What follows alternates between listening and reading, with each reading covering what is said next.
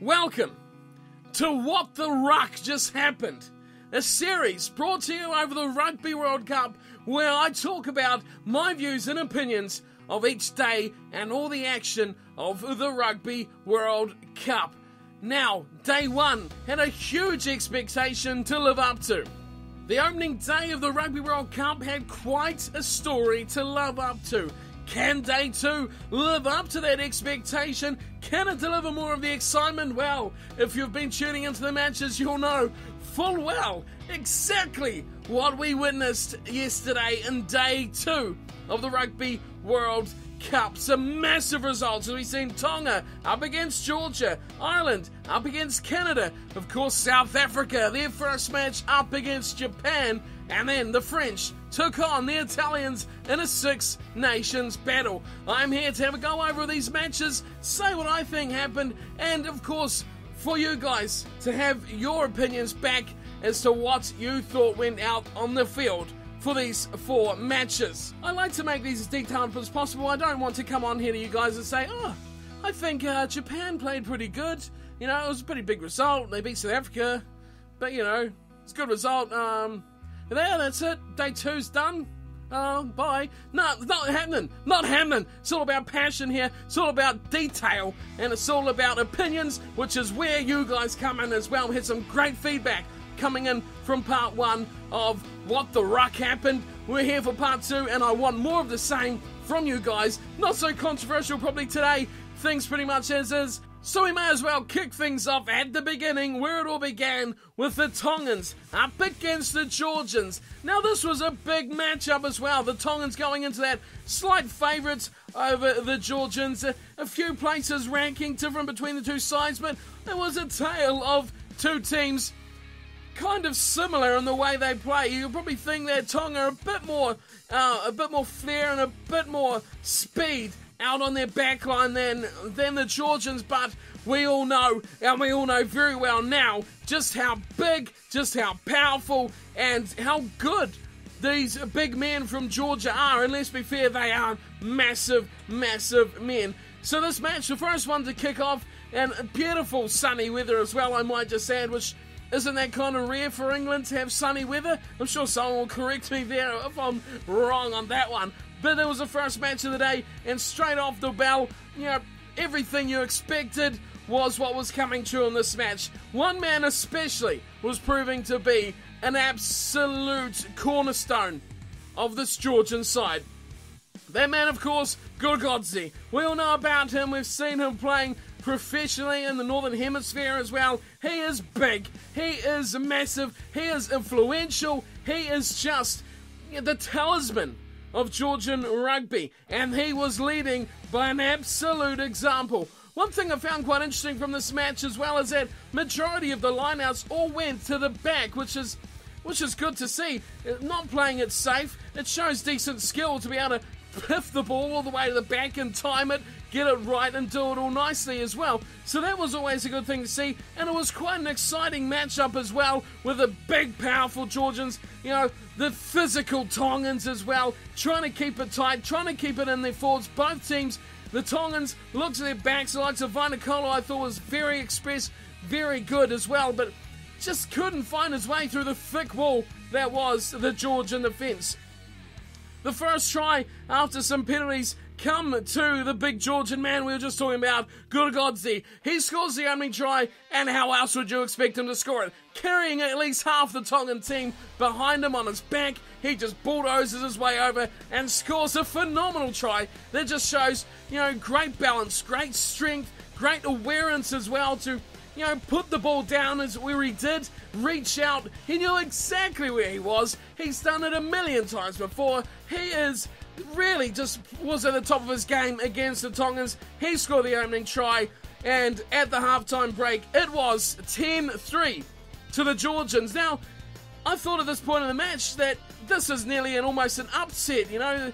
Georgia, I wouldn't have expected to win this. Personally, I did pick the Tongans to come away with this victory. So at that halfway point, I thought, this is a bit of an upset. Tonga need to pull their socks up and find a way into the match. But the thing that was really letting the Tongans down was their passing. How many forward passes? I don't have the exact stats on hand here, but there was an immense amount of forward passes in that match from the Tongans. And then the forward battle as well was easily won by the Georgians, who were dominating everything to do with the forwards, dominating all the scrums. They were pushing the Tongan players around, which is something that the Tongans will not be used to as well. So things just weren't falling into place for Tonga. I think they played quite poorly for the most part, probably due to the fact that Georgia were pushing them around. They were giving them the bully treatment, and that really was what was the difference was at that point. And then after the half, Georgia continued on where they left off. I think they come out of the sheds better, and they scored the first try of the second half and extended their lead out quite a bit more as well. Tukurashvili, probably said that name completely wrong. He was the try scorer of that second try for Georgia. It was weak Tongan defence that let them through as well. They just didn't seem to be on their best. A bit lethargic out of the sheds for the second half as well.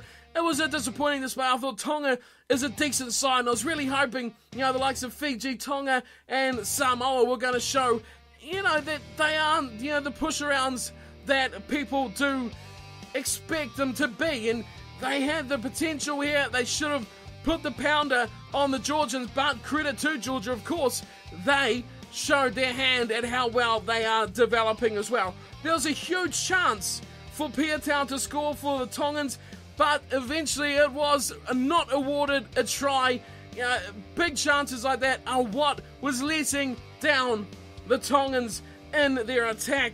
There was big chances of broken play as well, which I think that's what Tonga really would have liked. They dominated as the match went on, more and more periods of the match, but then we turned the attention to the defence of Georgia was just that good. A lot of penalties, a lot of nitty-gritty stuff that you'd probably expect as well from a couple of sides that were so physical based.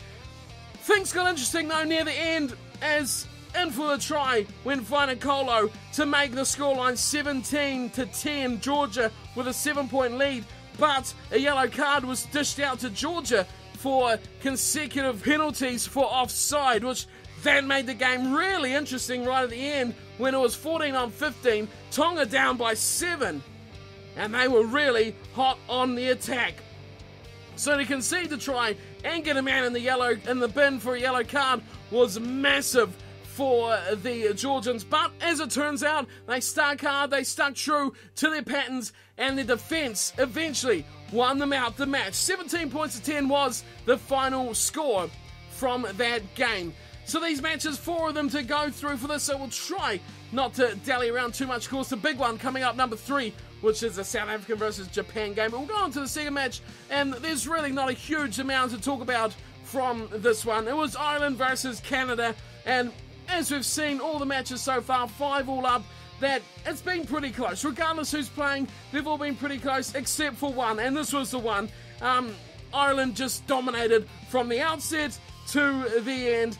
Canada defended valiantly, I thought, but ultimately they were just completely and utterly outclassed by the Irish. There was plenty of tries. The only thing I could really pick a hole in for the Irish would be, as good as Sexton did look, I still think he plays that little 1-2 wrap around just far too often. And even Canada, you could see they've researched him, and they did put the hammer on that a couple of times as well. But all in all, I think Sexton was quite good. But that's probably something, should he come up against, in Australia or England, Wales, possibly even, one of the bigger sides, could be something that they do exploit against his attack.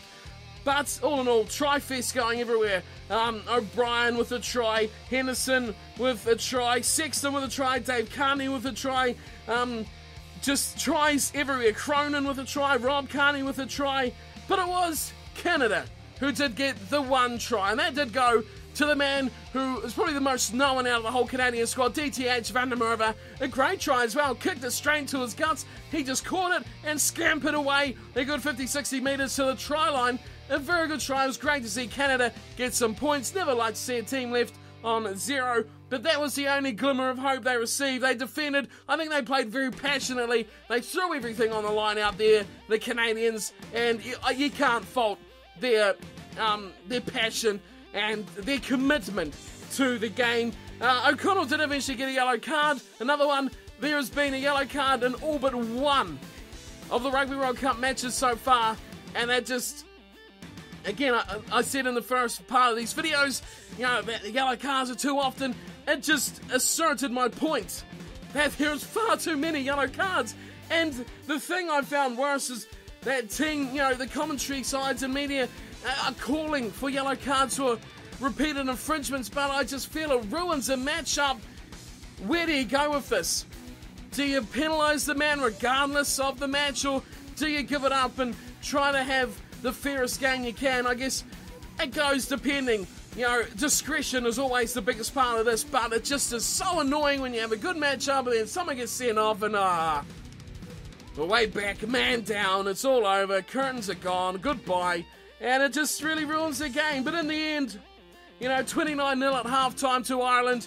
It was 50 points to 7 at full-time. The Irish far too good, and probably, no, it's not even probably, easily the best-looking side from Rugby World Cup so far. No question at all about that.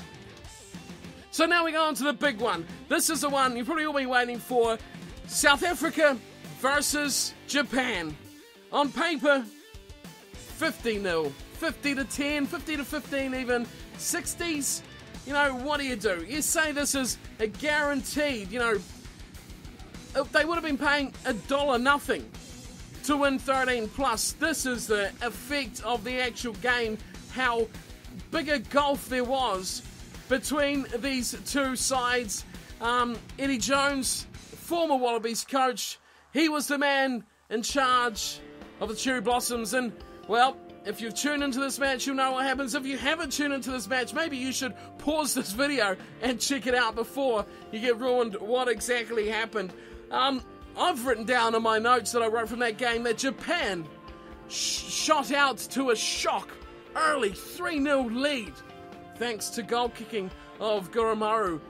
That's what I've written down. I thought, woo, go Japan, you got some points on the board, you're leading the game, let's see how long you can stick in this one with the Springboks, you know. And to be fair, that was pretty naive on my part as well to think that was it. I think my next point that I put down here was that Japan was playing very good territory game. They were dominating the territory battle against the Springboks. Most of the game was taking place in the Springboks half. And I thought, well, this is good. This is promising for Japan. Maybe we'll have a good matchup here. And, well, how right was I with that? Exactly what happened. I thought it may be, you know, the start of the end, if you will, when Francois Lowe went in for a try off a line-out maul. That was what you expect from South Africa. That was their game plan, and that's where they went with the game. Japan, though, from around the half-an-hour mark, were really hot on attack, and you don't think they're going to ever score it. You know, you see these minnow sides, and you think, are they good enough to get a try or three? Can they do it? Well, they did.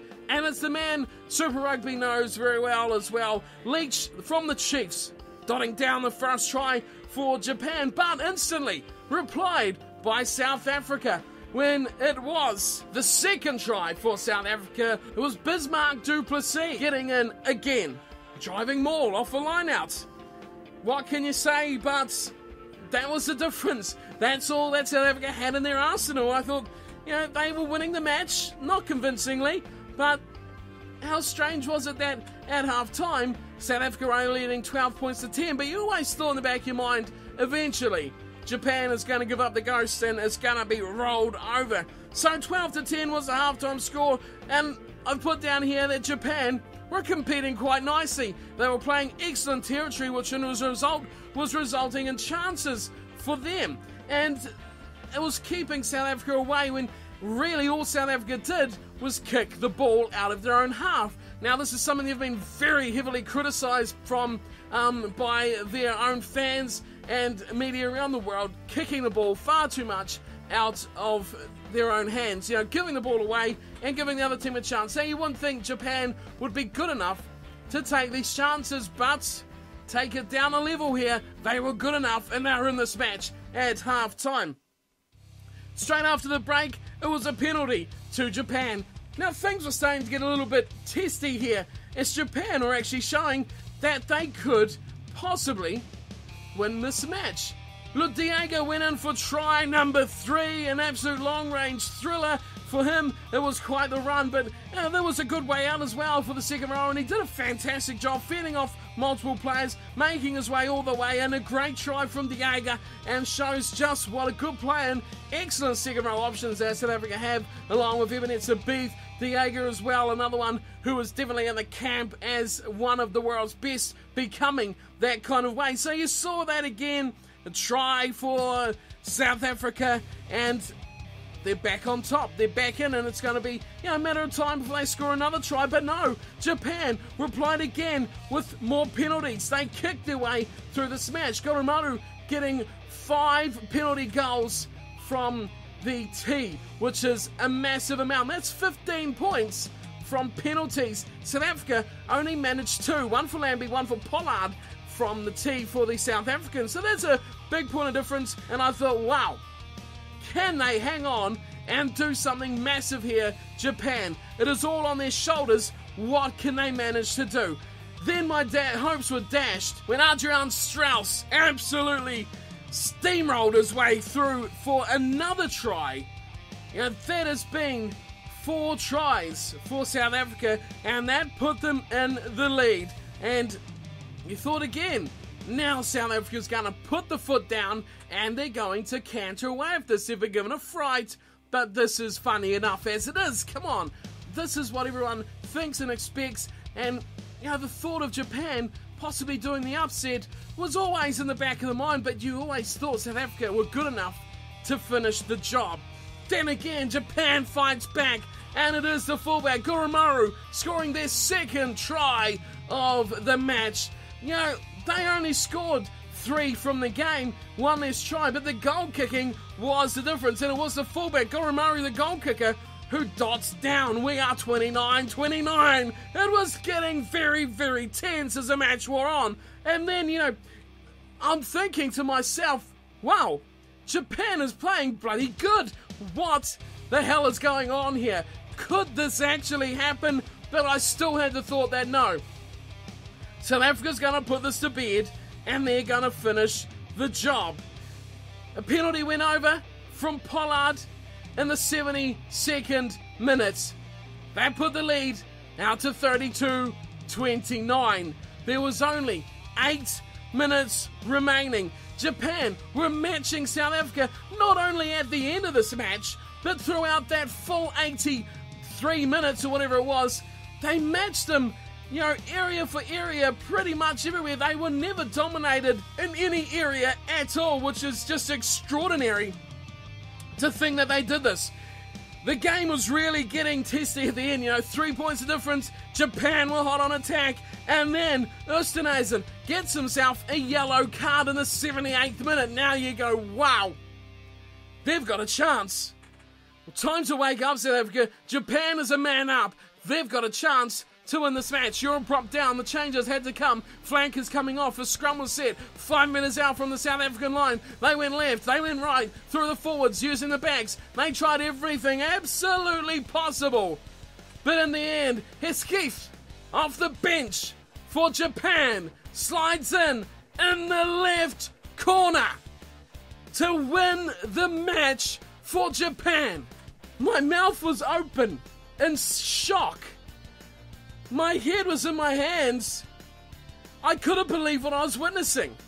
There was always that thought Japan could do it, but in such a hot pressure atmosphere. I mean, this is Rugby World Cup, opening match. You're down by 3. You're on the attack. This is when you're either a man or a mouse. It's mistakes, do or die, or you live and breathe.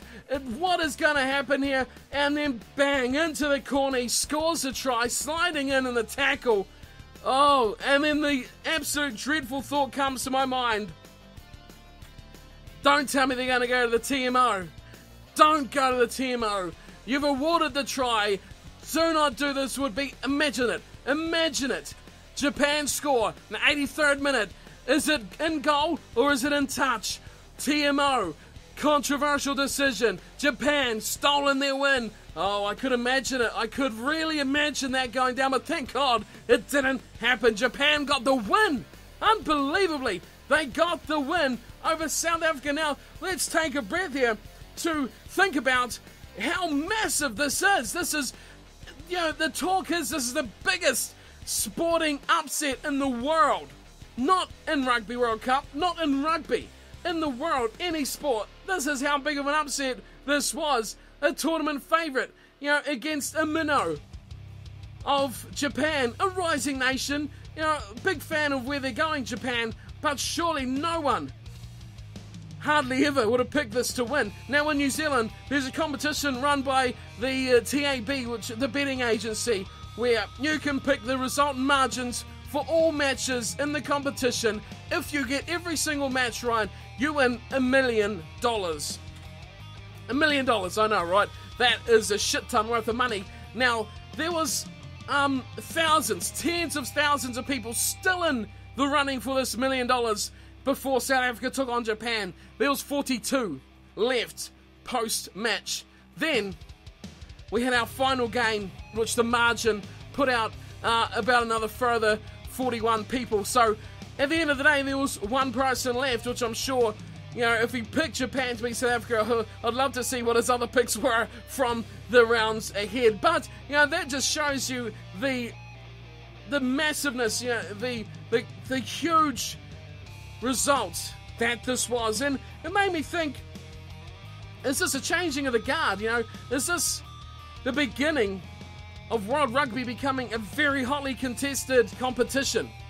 There's a lot of teams that can beat each other now, and when you got teams like Japan, beating South Africa, that's massive. And then I thought, well, South Africa have had a horrible season. They won one rugby championship match. They lost to Australia, lost to New Zealand, lost to Argentina. Now they have lost to Japan in the opening Rugby World Cup match for South Africa. That is 4 losses, 1 win for their international season so far, which is massive. Is this a changing of the guard for the international world rugby? Is this the calling of Japan that might see them a world powerhouse in the next decade or two? I thought you got to mention good players here, and you got to pick Japanese players, no question. Fumiaki Tanaka, the Highlander, man of the match, no question at all. But credit, of course, has to go to the back row. Michael Leach, Michael Broadhurst, and Hendrik Tui were sublime. I think Goromaru, the fullback and goal kicker, very good. Marley Sau, extremely good as well in the centres. There was so many names you could name, and we could go on about this match forever and ever. But 34-32, the final score, Japan getting the win. Now time continues to tick away on us, but we're going to hammer in the final, 4th and final matchup of day 2. I think it's only one of 2 or 3 days, and there's actually 4 games in a single day. And, South Africa, too old, too slow. That's the headline I've seen. What do you think? Do you agree? Plenty to say about that one. Are they good enough? Are they a team on the way out? Are they a side that really needs to have a complete clean-out? Will we see many of these Springbok players in a Springbok jumper again? But that will be probably a conversation for another day as well, hopefully with some experts on South African rugby conditions over there. So we're going to wrap up our final part here, France versus Italy. And after that Japan result, I began to thought, well, maybe Italy can do the same here. But straight off, we've seen a try scored by Noah Nakatase that looked a good try. And then the unthinkable happened again. Second day, second bullshit call, going back after awarding a try. The try was awarded. Good old Freddie Michalak was lining up his conversion, and the ref comes in. Whoa, Freddie, just hang on a second. Wait on this kick. I want to watch the replay. And then goes and disallows a try. This is absolute bullshit. Sorry for the language that could come in here, but this is ridiculous. The second time we've seen it in 2 days. The ref calling back a no try after awarding a try. That just cannot keep happening. You need to make your call. Want to go to the TMO, that's all good. You do it all the time anyway. Or you award the try and you turn your back on the screen. you know, the right decisions do get made, but you gotta make the right decision straight away. If you're doubtful, go upstairs, you know. And then why don't we just have the TMO deciding everything? Every single try may as well go through the TMO. It's just dreadful stuff, and it was just... After the amazement of Japan beating South Africa, then that happened, and I just saw shit. It's all going downhill now. So, that was a pathetic start. That was an absolute rubbish start to the match. Nakatasi not awarded the try, and France would have to push on with that horrible... You know, what did he do anyway? He caught the ball, hit himself in the face, and then just lost control of it.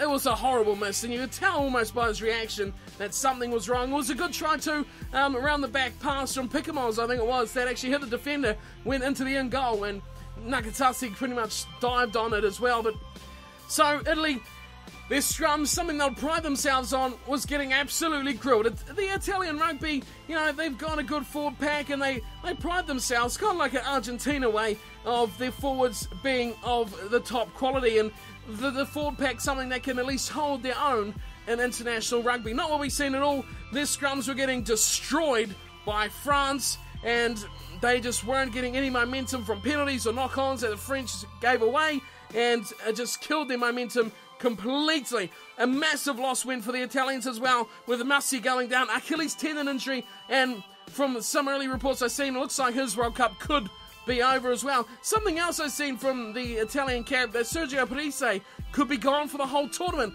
Other reports I've seen saying he'll be back for their third match of pool play. I'm not sure which is actually correct. If anyone does actually know for sure, do let me know in the comments. But how massive would it be to lose Parise for the whole tournament? They almost really kill the Italians off as far as contenders, you know, to make any big upsets in the future. So the match played on, and I think Italy played pretty well, but in the end the Italians didn't have the enough in the tank. Too many penalties conceded. They were giving away too many chances to France, who were giving the ball to Michalak, who was pinging over kick after kick after kick. 15-3 the halftime score. It was all kicks, all by France, one by Italy, you know, and that was a big difference. 12 points. They didn't even really chance their arm, the French, to take risks. They didn't have to. They were getting gifted three-pointers from all over the park. Into the second half, and almost the unthinkable thing happened with a little Freddie Michalak chip or grubber kick through into the end goal, was caught by the front row. Slimani getting in for a try off a grubber kick. When do front rowers ever do that? It was a great try. Slimani scored the opening try for the match, and you know, that really was another nail in the Italian coffin. France, after half-time, for about 10 or 15 minutes from there, were really dominating the game. They had it all going their way. They looked good. Michalak was guiding the team around very nicely. And all in all, it was looking like France was going to scamper away with this match. But Italy got something from somewhere. They got a couple of penalties in a row, and they started to gain some confidence. They were taking quick taps, catching France on the break. And it was the speed of their ball that was making the difference for Italy. And from after about that 50-minute mark, they did get the try. Venditti scoring on the wing. A great little try. It was a long period of controlling the ball, quick ball in the 22. There was a 2-on-1 overlap, cut-out pass over the defender and giving away. Venditti scored the try, but then bad news came for France with Huget going down with what looked to be a pretty bad injury as well. Unsure if he's out for the whole tournament or not, but that's a big injury to lose someone with the ability to just break a game open like Huget is, and he is seemingly out for France, hopefully not for too long. The game was really petering off to an end, and France were looking easy, like they would be comfortable winners, and as it turned out they did. But they did get one more try, going to Nicolas Mas, that scored quite a nice little try up against the base of the post. You know, experience from Mas and awareness of where he is on the field to score a good try that really just finished off a match that was just kind of, you know, petering along like a little turtle making his way to the finish line.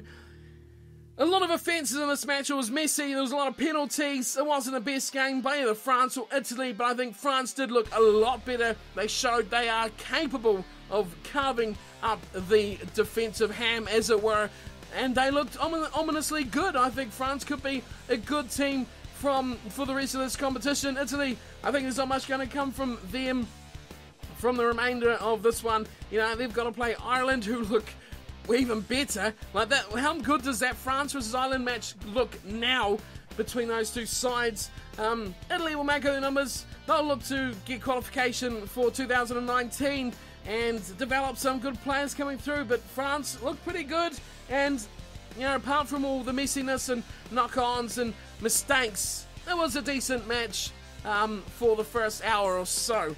In the end, 32-10 to France was the final score, getting the big win that they're looking for to kick off their World Cup campaign, unlike other teams, South Africa. So that is my time for today, done and dusted. Thank you for tuning in and watching. Not too much controversy going in today, apart from the result, which, what more can you say about it? But it was fantastic as South African rugby passed its use-by date. I don't know, I'm not too opinionated on that one, whether they will be the powerhouse for, you know, the coming years in international rugby. They've got plenty of talent in South Africa. Can they get it through to their international scene? That is the big tester for the Springboks and their coaching staff as well. But my little look at day 2 is done and dusted. Thank you all for tuning in and watching this one, and I'll see you all again, well, maybe for day 3. We'll see how day 3 goes. Plenty of games coming up as well. Samoa and the United States, they kick things off, and then after that we have Wales and Uruguay, an interesting one from Pool A, and then New Zealand finish things off against Argentina. That wraps up day 3 as well. I'll be back again for a bit of a look at that, but until then, thank you for tuning and watching, and until next time, take care.